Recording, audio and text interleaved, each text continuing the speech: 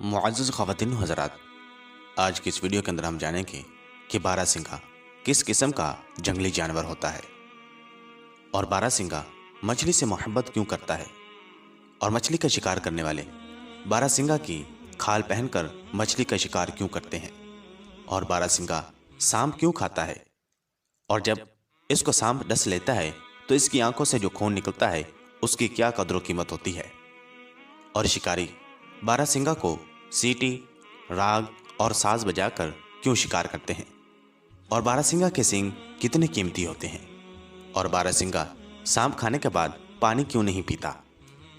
इन तमाम बातों को हम आज के इस वीडियो के अंदर जानेंगे।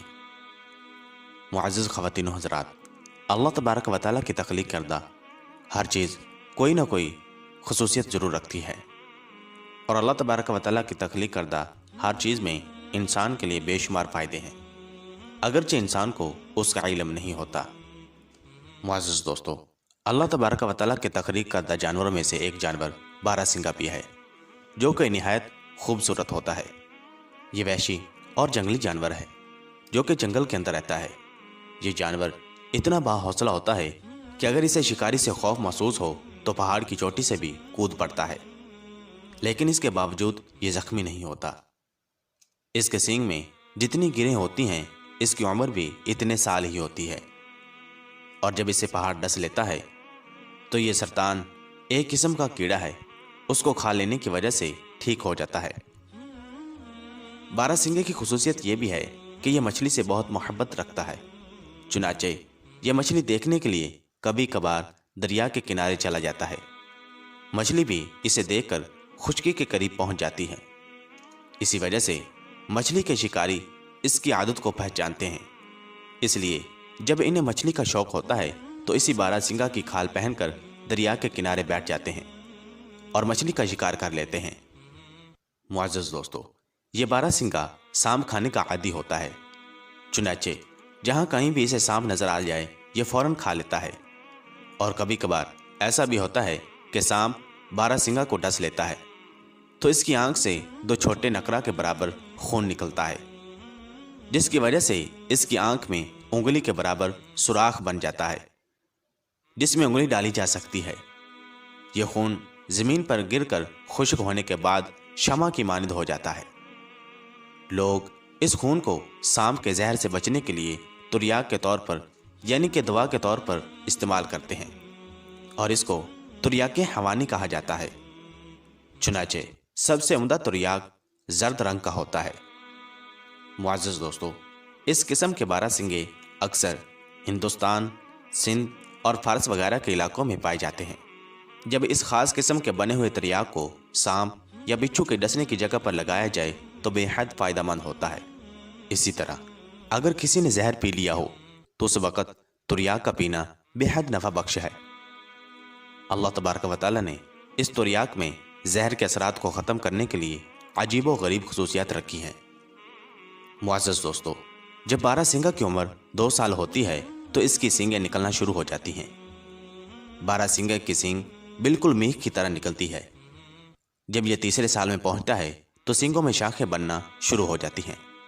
इस तरह 6 साल तक सींगों की शाख दर शाख निकलती रहती हैं, यहाँ तक कि इसकी दोनों सींगें 2 घने दरख्तों की तरह खुशनुमा मालूम होती हैं।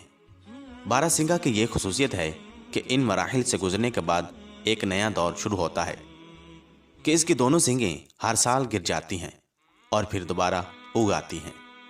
बारहसिंगा अपने सींगों की मजबूती के लिए सूरज की धूप में थोड़ी देर के लिए हरारत हासिल करता है। हकीम अरस्तु ने लिखा है कि शिकारी बारहसिंगे को सीटी, राग और साज से शिकार करते हैं। इसकी वजह यह है कि जब वो बाजा सुनता है तो इसे नींद नहीं आती। शिकारी इसे बाजे से इस कदर मस्त कर देते हैं कि वो मदहोश हो जाता है। चुनाचे जब शिकारी देखते हैं कि इसके दोनों कान सुन हो गए हैं तो इसे पीछे से आकर पकड़ लेते हैं। मुअज़्ज़ज़ दोस्तों, इसकी सींग बिल्कुल ठोस होती है। ये जानवर बुज़दिल होता है लेकिन फिर भी बारोब नजर आता है। ये सांपों के खाने का शौकीन होता है और सांपों को दुम की तरफ से खाना शुरू करता है। बारहसिंगा हर साल अपने सींगों को चाटता है। गालिबन یہ سینگوں کو ہر سال اللہ تبارک و تعالیٰ کے الہام سے جھاڑتا ہے، اس لیے کہ اللہ تبارک و تعالیٰ نے اس کے سینگوں میں عجیب و غریب فائدے رکھے ہیں۔ لوگ بارہ سنگا کی سینگوں سے موذی جانوروں کو بھگاتے ہیں۔ اس کی سینگوں میں یہ تاثیر بھی موجود ہے کہ اس سے ولادت میں آسانی ہوتی ہے، لہٰذا حاملہ عورتیں اس سے فائدہ حاصل کرتی ہیں۔ اگر بارہ سنگا کے سینگ کا کچھ حصہ جلا کر شہد میں ملا کر چاٹ لیا جائے تو پیٹ کے کیڑے نکل جاتے ہیں۔ علامہ دمیری رحمۃ اللہ تعالی علیہ فرماتے ہیں کہ یہ جانور نہایت فربا اور موٹا تازہ ہوتا ہے، اور اگر اسے بھاگنے کا موقع مل جائے تو یہ شکاری سے بچ کر فرار ہو جاتا ہے۔ معزز دوستو، بارہ سنگے میں ایک عجیب و غریب خصوصیت یہ بھی پائی جاتی ہے کہ بارہ سنگا چونکہ سام کھانے کا عادی ہوتا ہے، اور جب یہ سام کھا لیتا ہے تو اس میں گرمی بھڑک اٹھتی ہے، چنانچہ وہ اس حالت میں پانی ڈھونڈتا رہتا ہے، لیکن پانی مل جانے پر بھی وہ پانی نہیں پیتا بلکہ برابر سانس لیتا رہتا ہے، اس لیے کہ وہ اگر اس حالت میں پانی پی لے تو پانی اور زہر پیٹ میں ایک ساتھ جمع ہو جائیں گے، جس سے اسے ہلاکت کا خطرہ ہوتا ہے، اس لیے وہ کافی دن تک پانی نہیں پیتا۔ چنانچہ جب زہر کے اثرات ختم ہو جاتے ہیں تو اس وقت پانی پیتا ہے، جس سے اسے کوئی نقصان نہیں ہوتا۔ معزز دوستو، بارہ سنگا کا شرعی حکم یہ ہے کہ بارہ سنگا کا گوشت حلال ہے، اس لیے کہ اس کا شمار پاکیزہ جانوروں میں ہوتا ہے، جیسے پہاڑی بکرا وغیرہ۔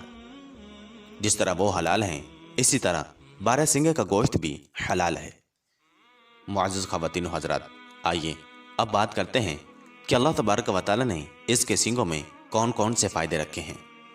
معزز خواتین و حضرات، حکماء یہ کہتے ہیں کہ اگر کسی جگہ بارہ سنگے کے سینگوں کی دھنی دی جائے تو تمام کیڑے مکوڑے اور موذی جانور وہاں سے بھاگ جاتے ہیں۔